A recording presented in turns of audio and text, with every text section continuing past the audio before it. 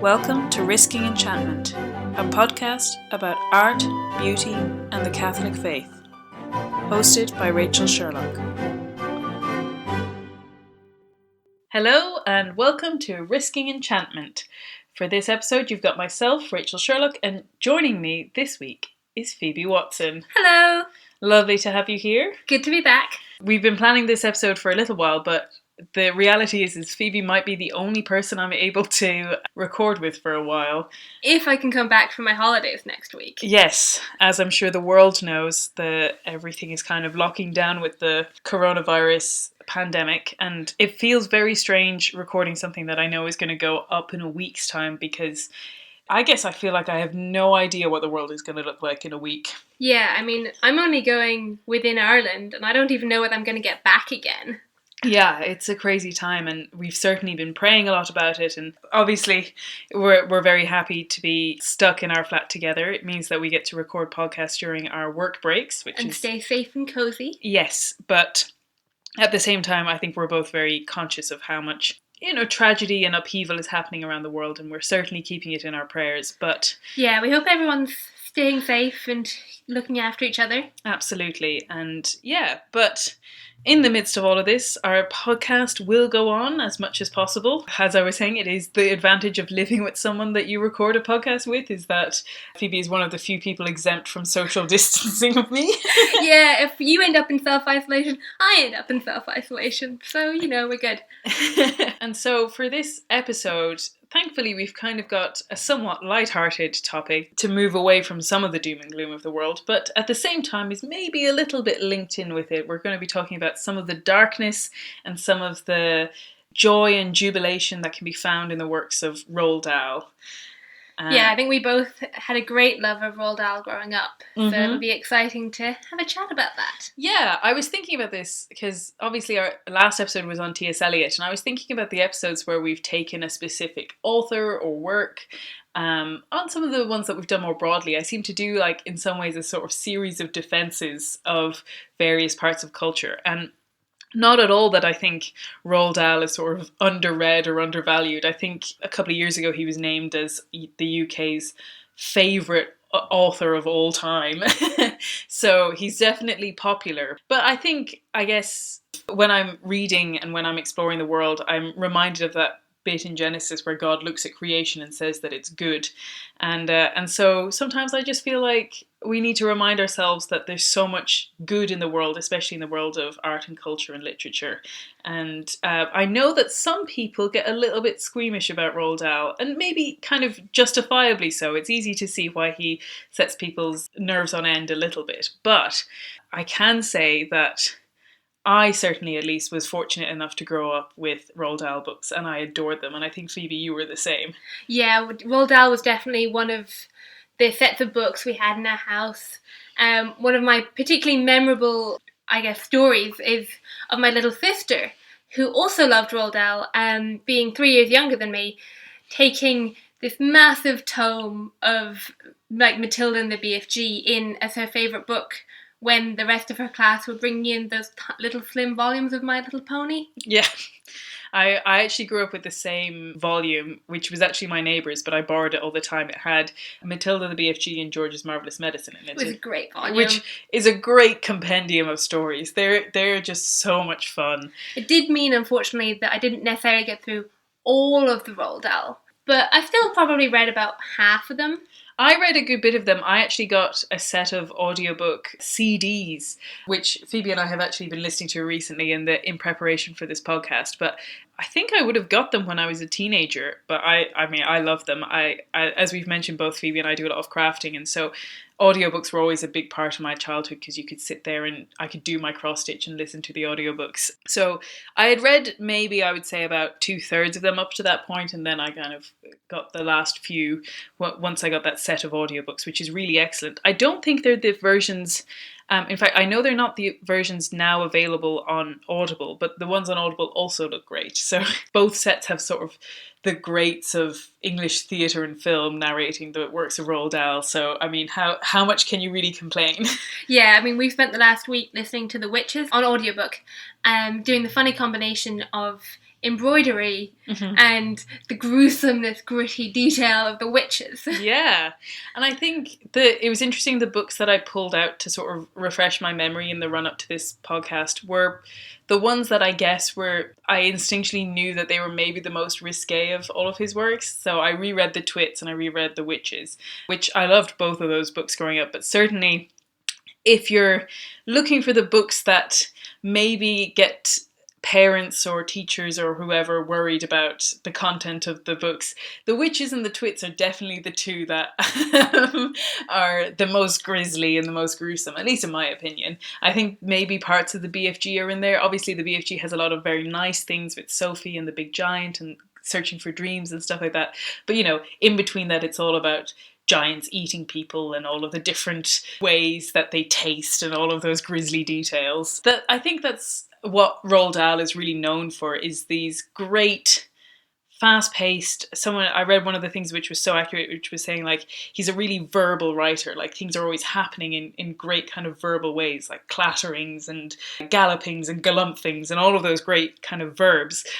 But in the middle of these sort of very bright and cheerful stories, often about like sweet shops and chocolate factories and all of those things, that you have these darker elements of really serious, even like family abuse or villainous principles, or like I said, sort of human guzzling giants or children destroying witches and witches that kill children and all of those sort of kind of grisly and darker elements. And I think that's what he's really known for, is the combination of those two things. Yeah, I think it's really fascinating that he's able to balance them so well. And I think we were saying that the Quentin Blake drawings, illustrating them, adds so much to those tales as well. Yeah. In highlighting both the grotesqueness, but also the sweetness and the imagination and the colour and the vibrancy. They're wonderful. There's another set of illustrations. I'll put the illustrator in the show notes that I loved for.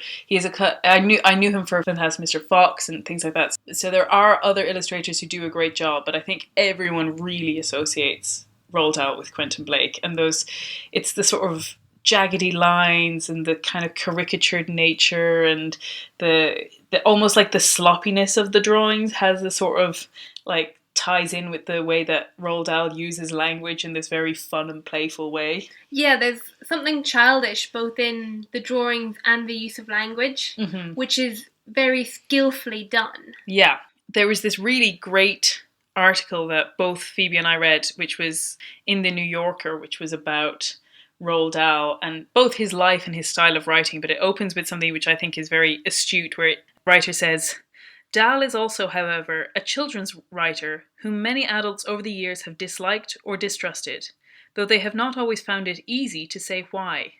It is not because his work is sexually explicit, a common complaint about, say, Judy Blume's. There is no hint of sex or even romance in Dahl's children's books, most of which are intended for pre-adolescent children. Nor are they disappointing as pieces of writing. Quite the opposite.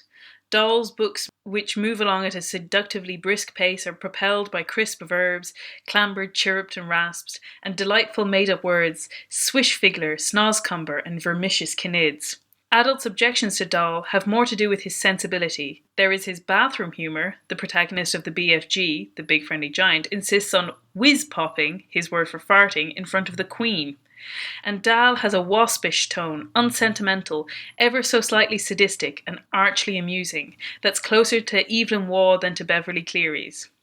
And I think that's really accurate, that it's not even just that there's sort of gross or grisly things in it, but there's a real sense of humour behind all of that and a sort of delicious joy in it. Yeah. And the fact that he's very much looking at the world with a sort of smirk. Yeah, and I think there's something in that's very enjoyable for children, but can be a little bit hard for us to come to as adults. I know particularly when I was reading George's Marvellous Medicine, and when he's pulling out all these different things from the cupboard and tipping them all into this pot. I'm sure as a child that I enjoyed that tremendously. Yeah. As an adult, I'm there like crying inside, going, but the cost, like imagine really? all my shampoo gone. I've never even thought of the cost. I've just thought of how completely dangerous it is to suggest to kids to go around and put paint thinner into bleach and whatnot into a big vat and then feed it to someone. I mean, that too, but I generally assume that even kids are coming at these things with an assumption that you don't try and emulate them. Yeah. But I think what we might do is actually start off with talking about some of the things that we liked and appreciated about Roald Dahl growing up and even now, and then move into some of the areas that people kind of might find a bit more distasteful. Because the thing that I love most about Roald Dahl is that he takes such a joy in the world, and I take such a joy in enjoying his writing. And so I think it's just nice to sit and dwell with some of the most famous stories of childhood and say, like, why are these so compelling and why are they so fun and joyful? Yeah, absolutely. Like for me, I loved Matilda, particularly the magic of that world, the idea that you might be able to move something with your eyes, the kind of drive for intelligence as well, and yet the acknowledgement that such a really intelligent kid could also be really good friends on a level with the other people in her class, that it wasn't a superiority thing. And then that battle against the evil teacher and the like camaraderie of the class against her. Yeah. It's a lot of fun. There's a lot of like grisly bits again, like a kid being made to eat an entire chocolate cake. There's that kind of delighting going, ew, as well. And the imagination you can put into things like the chokey. Yeah, for sure. I think actually the point you were making about the protagonist is really important, because I think so many of Roald Dahl's child protagonists, I think they're extremely interesting because they combine two things. A lot of them are sort of naturally quite timid and shy and even like a little bit anxious. And yet they're sort of put in these situations where like kind of greatness is called on them. But on the other side, they also have a slightly cheeky, a slightly funny, a slightly naughty element to them, which I think a lot of kids also sympathise, that you're not just saying that only quiet bookish kids they're the right type of kids, and if you're sort of more rambunctious and more out there, that's like being the wrong type of child, you know? I feel like there's a lot of space for all kinds of children in Roald Dahl's book, because we were saying that like Phoebe and I grew up, I think we were sort of on the side of being more timorous and rule abiding and not as adventurous. Yeah, I was definitely quite rule abiding, which made reading about that kind of mischief all the more fun. Yeah, and I think it made me braver in a way that, you know, that you would see Matilda sort of pointing her finger and being that kind of strong figure within her class, and that there's a sort of confidence to her as well that's very appealing. I know Phoebe and I went to the musical which Tim Minchin wrote of Matilda, which I think is great. It was so good. I think it's so fun, and they have a song where the main line is, sometimes you've got to be a little bit naughty. And this is when Matilda's going to like dye her father's hair. Yeah, and I grew up, I think my mum will laugh because I think the first movie I ever went to see in the cinema was Matilda, but I actually ended up crying and had to leave. But I think it wasn't because I was actually afraid of anything. She said it was because it was too loud for me. Like just literally being in a cinema was too loud for me and I couldn't take it. But I think it might have been Matilda. But I certainly grew up with it. I think the Danny DeVito movie is just kind of unparalleled. It's so good. Yeah. And it's different to the book in a way, but it really kind of captures that chaotic, anarchic spirit of the books. I think that was one of my first lessons in being able to love both the film and the book, despite them being different. Yeah, for sure. But I think a lot of young kids, girls in particular, but I know my brother loved Matilda. Yeah, as did mine. I think it's one of the great examples of kids being able to not assign stories as being sort of like girls' stories or boys' stories. I think Roald Dahl does that bridging very well, where it's sort of everything for everyone. Yeah, I think there's something delightful in it just being a kid having an adventure. Yeah. And that kid is always someone you can relate to Mm-hmm. in some way. Yeah. Regardless if they're braver than you or have different skills, you can associate with them and like join in their adventure. Yeah, exactly. I think it's really telling how much kids need those sort of surrogate characters to help them understand how to navigate the world. Because I think we forget how like restricting and small it is to be a child. I was thinking through the stories and I was thinking of how many of them have to do with the child not only just being small as being a child, but actually being in a situation where they're like even smaller than that. So if you think of, say, the BFG, where Sophie is like this tiny little figure next to the big friendly giant, or the witches when the boy, who we realise isn't actually named in the book, but the protagonist of the witches, the little boy, he gets transformed into a mouse and then gets carried around in his grandmother's handbag. That like there's this sense of size and scale being very important. Or even like James and the Giant Peach, where he's talking to insects and he's flying around on a giant peach. Yeah, that's really interesting. I hadn't thought of that before. Yeah, that there's this real overemphasis on the scale of you between you and other people. And I think that's where the delight in George's Marvellous Medicine comes, because he's shrinking people, you know?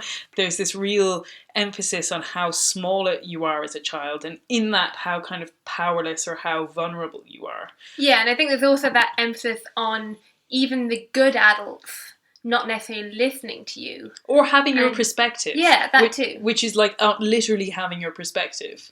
That they're not on your level. Which I think is really telling. I again, from that, I do have other articles to quote, but I have to say this one from the New Yorker was really kind of superlative, and I'll certainly link it in the show notes. But the article quotes Dahl as saying, "I have very strong and almost profound views on how a child has to fight its way through life and grow up to the age of, let's say, 12, Dahl told in a BBC interview in 1988. All their lives they're being disciplined. When you're born, or when you're 1 or 2 or 3, you're an uncivilized creature. And from that age, right up to 12 or 15, if you're going to become civilized and become a member of the community, you're going to have to be disciplined, severely. Stop eating with your fingers and spitting on the floor and swearing and anything else that you want to mention. And who does this disciplining? It's 2 people. It's the parents. Although the child loves her mother and father, they are subconsciously the enemy. There's a fine line, I think, between loving your parents deeply and resenting them." That's interesting, isn't it? Yeah. I think as you grow up, it's so easy to forget how much your natural inclinations as a child have to be curtailed. And I'm saying, because even he says have to be. Like, if you're going to become a part of the community, there is a process you have to go through in childhood, which is learning how to mix with other people and act appropriately and be polite, which are all super important, but at the same time, it's this constant lesson of like, no, this thing that you want, you can't have now. And not only that, but I, as your parent, am the only one who can allow you to gain this thing that you want. So if I say no, you know that you're powerless to get it then. Roald Dahl really manages to get into a child's brain of like how much they want to break free and strike out and do their own thing. Yeah, and I think there's also that important lesson of like the world being out to get you in a certain way, but you have the power to fight against it. So there's the kind of idea that you accept some of the rules, but you also challenge them. Yeah. Which I think is a little bit risque, but also important. Yeah, we were saying how a lot of his stories have a sort of revenge plot element, which again is probably the most, I would say even more so than any of the kind of, you know, fart humour or anything like that are in the books. I'd say that the revenge element is maybe the hardest to sort of reconcile. Because you think of it comes in Matilda when the children are striking out against the Trunchbull. Or when she's like playing tricks on her parents. Yes, or as on a slightly different note, and I think this really ties in with some of the ways in which that kind of negative aspect of saying that like you should take revenge on the people who do you ill. In Fantastic Mr. Fox, where it's based on the fact that the farmers, Bogus, Bunce and Bean, are these evil people and it's not sort of bad to steal from them. I think actually at one point one of the foxes is like, is this wrong? And his dad is like, no, it's fine. But what is sort of key to a lot of those is that they're community efforts. Like, when the foxes start sort of industrializing stealing from the farmers by digging tunnels underneath their farms, it's because they have not only cut off their own means of getting food, but in the process the farmers have cut off all of the animals' means of getting food, even the rabbits, because none of them can come out of their holes without being killed by the farmers. And so it's this effort to feed everyone. It's a community thing. And the same with Matilda, where it's all of the students overthrowing the Trunchbull in a way. Yeah, it's like a freedom for the whole school, an effort led by Matilda, but kind of assisted by everyone else as they like pelt her out of the school, essentially. Yeah, because you even said it when you were saying how much you love that book, that there's a real sense of like everyone coming together to accomplish this great feat of triumph. Yeah, I think even in like the BFG where she goes for help. Yeah. Or in the Witches where it's him and the grandmother. Yeah. There's always like a tag team there. Mm-hmm. And it usually includes adults as well. Yeah. Which is interesting. And I think there's that kind of sense of that it's about righting a wrong. And I think in some ways we can sort of forget that even that can be sort of, our friend Father Connor pointed out when I was talking about this to him, about the timid heroes of, say, Matilda or James and James and the Giant Peach. Like, he pointed out that that's actually quite biblical. Like, you have David and Goliath. David going up against this huge monster. Like, you can almost imagine the Quentin Blake drawing of David and Goliath. Oh, that would be great. I want that to exist. Right? Or like Isaiah or Jeremiah, that these figures are small and oppressed and that they have to struggle against a great evil that is an authority over them. Yeah, and yet that they're given that power supernaturally to struggle and win. Yeah, and I think it comes back to that Chesterton quote, which gets like, sort of, because he doesn't say it in a pithy enough way, that it's always like restructured and then it gets attributed to like Neil Gaiman or someone else. But the actual Chesterton quote about fairy tales and how they help you overcome things is, "Fairy tales then are not responsible for producing in children fear or any of the shapes of fear. Fairy tales do not give children the idea of the evil or the ugly. That is in the child already, because it is in the world already. Fairy tales do not give the child his first idea of bogey. What fairy tales give the child is his first clear idea of the possible defeat of bogey. The baby has known the dragon intimately ever since he has had an imagination. What the fairy tale provides for him is a St. George to kill the dragon."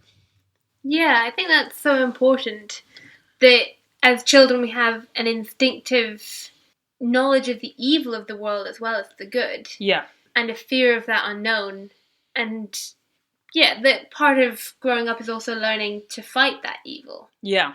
And also there's a very fine line, I think, in some of these stories between revenge and like a just war almost. Yeah, and I think that article that I keep coming back to has that point where he says that like parents seem to think that like a strike against any adult is a strike against all of them, no matter how evil that adult is. That in acting out against an evil adult is not saying that you should act out against all adults. And in fact, you know, particularly in his later books, and it was explaining how in his second marriage, Dahl had a lot sort of softer and easier approach to his writing. And those are the stories like The Witches, where you have that grandmother who's such a beautiful family character. Yeah, that's a really interesting dichotomy, because I think The Witches is one of the darkest books. Yeah. But you have one of the most solid like family relationships in it. Yeah, and even the BFG where she doesn't have any family figures, but the big friendly giant is such a charming and such a lovable figure. Oh, he's the best. I love the BFG. But even within the midst of this sort of topsy-turvy world where there are evil and villainous adults and even just parents, but that there are also good ones as well. And that even the good ones make mistakes. We were talking about this, how the sort of most complex characters in Roald Dahl's writing are the adult figures who aren't villains, but they still make mistakes, like Miss Honey even, like that she's so paralysed by fear. Yeah, I think it's, again, important that adults aren't perfect either. Mm-hmm. And you can't just expect the clear dichotomy between the good and the bad. Yeah. Like, I think there's very clear evil characters in Roald Dahl. Yeah. But then you have the good but misled characters who are very distinct to that, and they're not villainized. Yeah. Like Miss Honey isn't villainized for not being able to stand up to the Trunchbull. Yeah. Which would be quite easy to do in a way. Or that it's her more proper place to do it. It shouldn't be up to Matilda to do it. It should be Miss Honey, even despite how scared she is. Exactly, you know? Yeah. you know, those characters are at the heart of what makes them so lovable. I think it's also in some ways a preparation for adult life, in that I think as children we can sometimes think that adults can solve everything. Yeah. And that when you're an adult you can do whatever you want. And yet sometimes these books teach us that even as adults you're constrained by things and that you have to work around that. Yeah, I think that's a really good point. And that sense that, as Chesterton was saying, that there is bad things out in the world. And I think when you're a child, it can be confusing and distressing because bad things do happen to you and you don't have a lot of ability to reason like how and why, because you can't see the motives of the adults around you. When we just finished listening to The Witches last night, there's that bit at the end where it talks about the boy having been turned into a mouse and living with his grandmother and all of the inventions that she sort of created to help him live. And it reminded me of the fact that Roald Dahl's personal life was quite... He seems like one of the most fascinating, a bit like his world. It's full of good and bad and grisly and dark, but also light. But one of the things that is sort of the sweetest thing about him was that when his son was sick, he worked with someone to develop a sort of valve mechanism to help the drain the fluid in his spine, I think. And that valve has been used in thousands and thousands and thousands of cases. Yeah, that's so fascinating that his love for someone could overflow into that creativity. And that he's such a like mechanical and practical kind of thinker that like he would just say, well then I'll just make a valve, you know?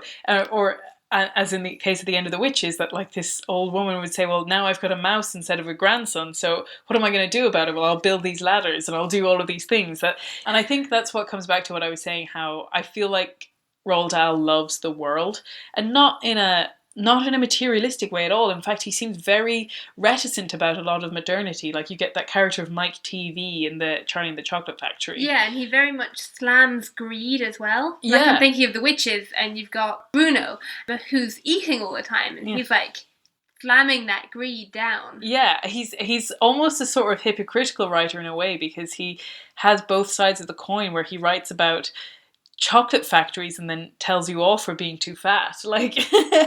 and also I noticed that he does seem to have a distinction between, for at least some things, between adults and children, where in The Witches it's advised that children don't bathe so that the witches can't smell them, because their smell is covered up by other smells then.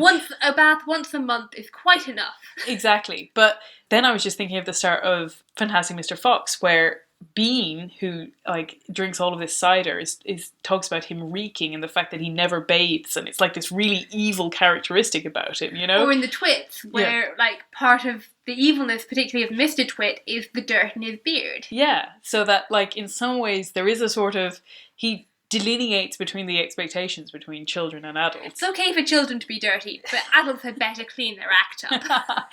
But that, like I said, I think a lot of Chesterton when I think of Roald Dahl, because I think he has a real sense of delight and joy in the world, and I think it comes across in the way he writes. And as I've said before, I'm really kind of like a language head, and I love thinking of linguistics and language, and so growing up with all of the fun wordplay and all of the made up words was so fun and delightful. But I think that comes from someone who kind of like enjoys the readiness of the world around them, that they can just pick out these things and make those kind of fun worlds.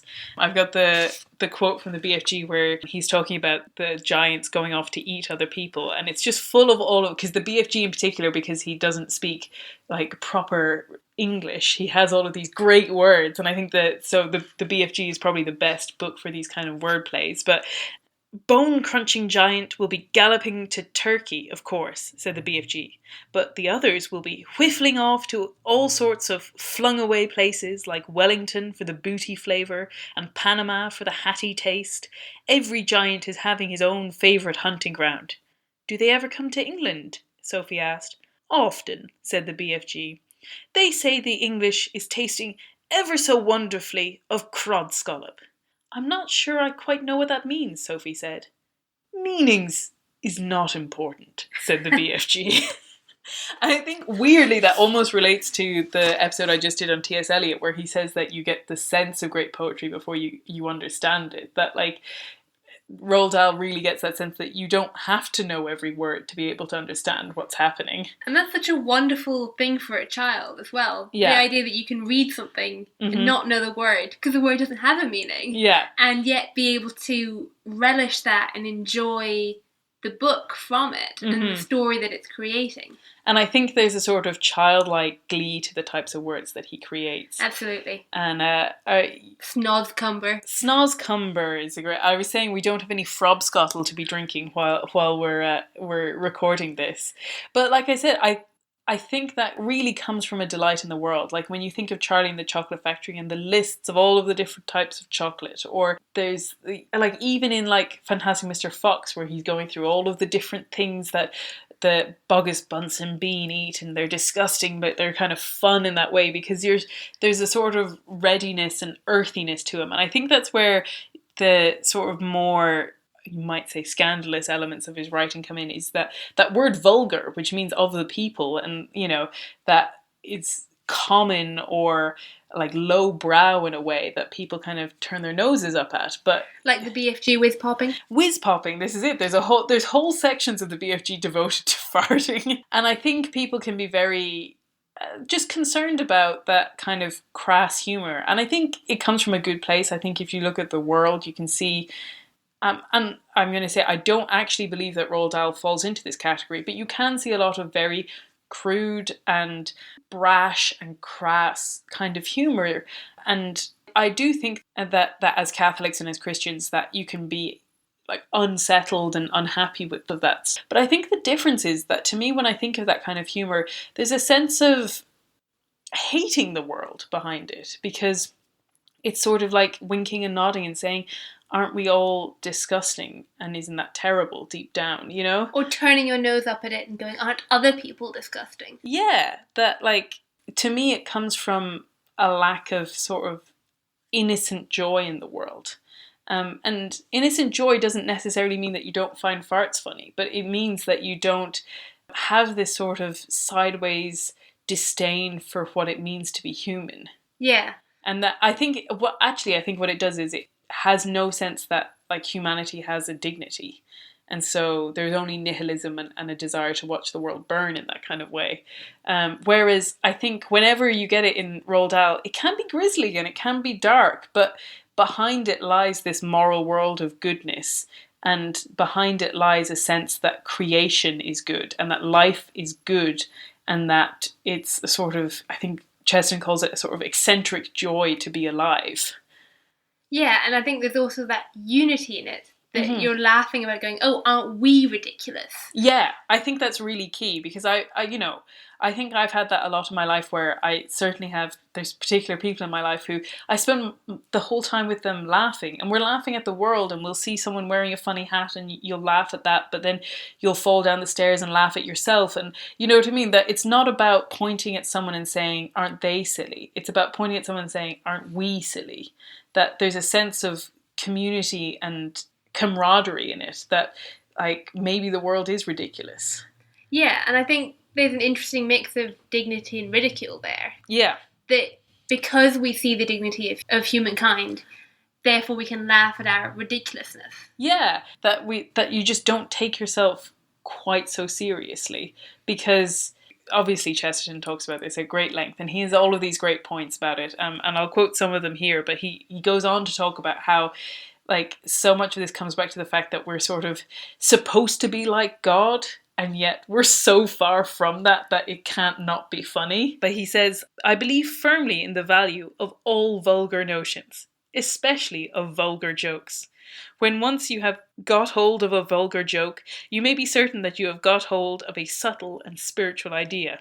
The men who made the joke saw something deep which they could not express, except by something silly and emphatic. They saw something delicate, which they could only express by something indelicate. And then later he goes on to say, if you really ask yourself why we laugh at a man sitting down suddenly in the street, you will discover that the reason is not only recondite, but ultimately religious. All jokes about men sitting down on their hats are really theological jokes. They are concerned with the dual nature of man. They refer to the primary paradox that a man is superior to all things around him, and yet is at their mercy. That's so Chesterton, to be able to take a joke and make it theology. Yeah. I think there's a wonderful bit, another Chesterton article, where he's been accused of being funny and therefore not serious. And he says that it is not even a particular class of journalists or jesters who make jokes about the matters which are of most awful import.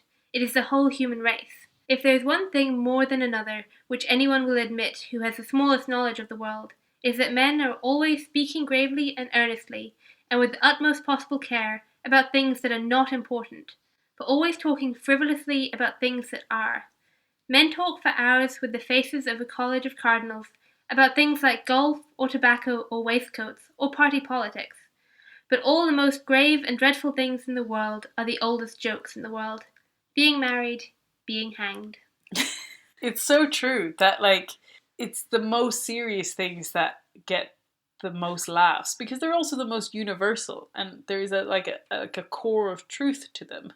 Yeah, and I think also that you can say something very serious by making a joke of it, which I think is something we can lose sometimes. Yeah, I think there is a real merit in not taking the world so seriously and so somberly. And that in that article you just quoted, he says that the opposite of funny is not serious. The opposite of funny is just not funny. And he has this great bit where he lists out, I think it's George Bernard Shaw is both serious and funny, and then, sincere. And he says that, and you are sincere but not funny, and your average cabinet minister is not sincere and not funny. Yeah, I think it's that like grain of sincerity that we seek. Yeah. Regardless of how it's portrayed in terms of solemnity or humour. Yeah, and I think Roald Dahl gives us that window to look at the world with a sense that magic is possible and that glee and joy and humour are all of the things that we can expect in the world, even when there are evil villains and even when the world is sort of out to get you in a way. Yeah, there is still that darkness there that is lightened by the humour of it. I'm thinking particularly of the Twits, where you're kind of enjoying the grisliness of reading about Mr. Twit having all this food in his beard. Yeah. And that's a really clever way of approaching it. And like, I think children kind of like to be disgusted anyway. I think in some ways we all do. I mean, like, I think that's why sort of horror movies or even, you know, those kind of like slasher flicks are so appealing. You want to be sort of taken out of yourself for a bit and be able to be afraid of evil and scary and disgusting twits, you know? I think that's why I think a lot of kids sort of manifest in their mind that maybe one of their neighbours is a curmudgeonly old man. It's like To Kill a Mockingbird, where they have all of these stories about Boo Radley, and it forms a sort of mythology in your mind as a child, and you like go up and knock on the door and run away, that like you're sort of manifesting those evils around you. Yeah, I particularly see that in like the Twits, where you can really imagine them as like your evil neighbours. Yeah. Although I love the image of their house that has no windows. I know. They complain that people would be looking in, and it sort of never crosses their mind that maybe they would like to look out. What a horrible house to be in. And I think that that's maybe another area where people get a little bit worried about Roald Dahl, in that there's a sort of very clear correlation between whether you're ugly and whether you're good. Yeah, there's some very hideously ugly characters who represent the great evil of those worlds. Yeah, we're just going to pull out some quotes that, you know, kind of counter that within his books, but I think it is worth just pointing out there's a really great YouTuber called Jen Campbell, and she does book reviews, but she talks a lot about deformity and disability within fiction and art and culture, but she also talks about it a lot in children's fiction and talks about, you know, growing up and seeing yourself in different characters and whatnot. And I think it is worth pointing out that it doesn't make Roald Dahl's books bad or that they shouldn't be allowed, because she agrees that she grew up in loving them and still loves them.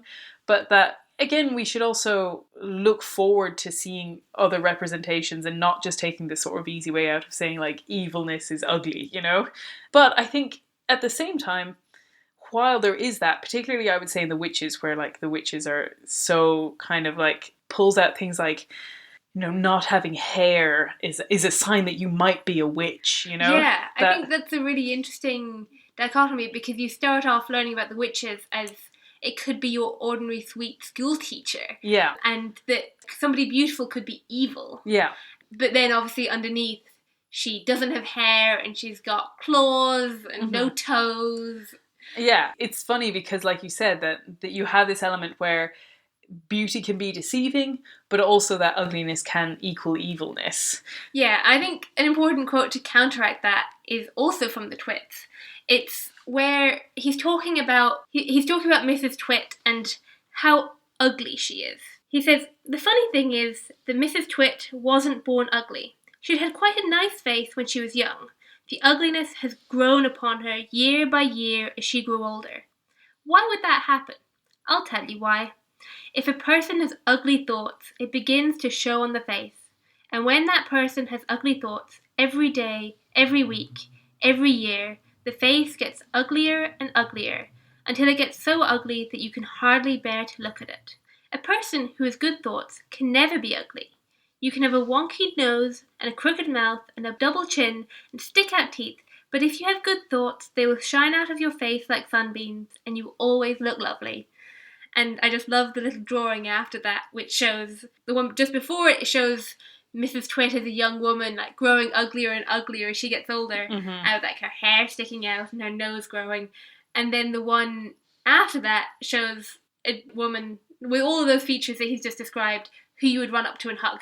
Yeah, with a lovely face, like her teeth are sort of sticking out from her face, and she's got a wonky nose, but she looks so friendly and appealing in a way that... Yeah, and I remember that sticking with me as a child, that idea that, like, you hear the phrase beauty is only skin deep, but I think that was one of the ones that brought it home to me that it's far more important how you act, and that people will respond to that inner person far more than they'll respond to your outer appearance. Absolutely. It is an important point within it, because I think you shouldn't let yourself get too drawn into the ways that evil is necessarily represented, because I think Roald Dahl really understands that it isn't just as simple as saying, if you're ugly, then you're evil, you know? Yeah, I think, again, it was similar in George's Marvellous Medicine, where the grandmother is very ugly, but she's not evil because she's ugly. She's evil because she doesn't seem to care about other people, only herself,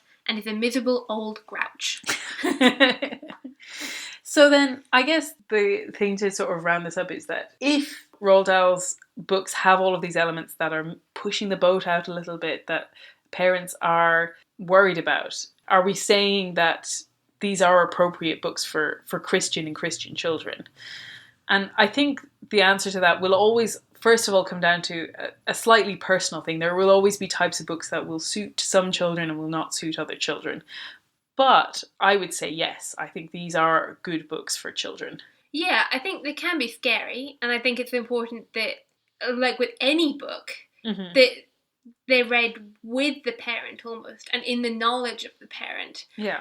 But also, I think that scary books don't mean that you shouldn't have them available. Like, I had a nightmare about the witches as a child and could never go back to that book. And I did regret reading that one because of the nightmare. But I also had a nightmare about some, like, reader's copy, like, fairly innocent book. My imagination could come up with anything. Yeah. So it wasn't the book itself that I blamed for the nightmare. I just knew my imagination could pick up on something and give it to me. And I would never have wanted to give up the rest of Roald Dahl for that sake. Yeah, and I think it's a good point that we say that it is important to be with children in their reading journey and make informed decisions about what they're reading and when they're reading it. But at the same time, and a point that I was really anxious to make, because I have a background in medieval studies and Anglo-Saxon literature and early medieval literature, and there was a time when grotesque and humorous and even vulgar and honestly crass stuff was mixed in with Christian literature, and was not only mixed in with it, but was part of the teaching mechanisms of homilies.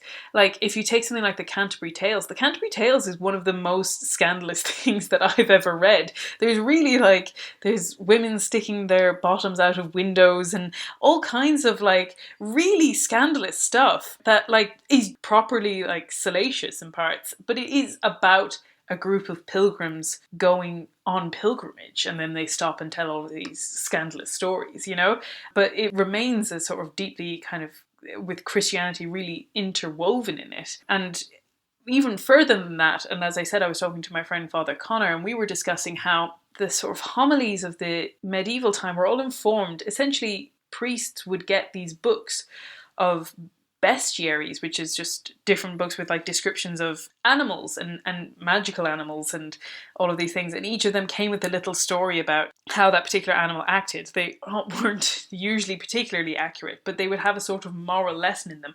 But they could be all kinds of things. I think there is one about beavers castrating themselves, or like they're kind of crazy and they're full of fart humor and they're full of edgy jokes, really. And the purpose was to use those in homilies as teaching mechanisms. The one that I would be most familiar with, I don't know whether it was used in homilies, but it was certainly part of a religious book, is a set of texts called the Exeter Riddles, which are a set of riddles in Old English. Again, even they are they're innuendos. There's one which is like the answer is a key, and it's like, I enter at night into the hole, and like it's all very sort of like innuendo-y. And I'm not saying that we need to necessarily bring that back in every kind of way, but there was, at that time, before the Reformation and before the sort of move towards Puritanism, that had a lot more, like maybe there was also a lot more sin because of it, I don't know, but there was a sense that, like I was saying, that sense of joy and jubilation and laughing at the world and finding that sort of exuberance in the world. Yeah, I think whatever about the humour style, we could definitely bring back that joy in the world. Mm-hmm. And how we do it, I think, is up to personal taste. Yeah, and I think Chesterton, once again, has a really good point on this. He's actually complaining about, I think, teetotalers. He was very much against all of those things. I don't necessarily have his particularly strong views on that, but he said, idolatry is committed not merely by setting up false gods, but also by setting up false devils, by making men afraid of war or alcohol or economic law, when they should be afraid of spiritual corruption and cowardice. The Muslims say, there is no God but God. The English Muslims, the abstainers, have to learn to remember that there is also no Satan but Satan.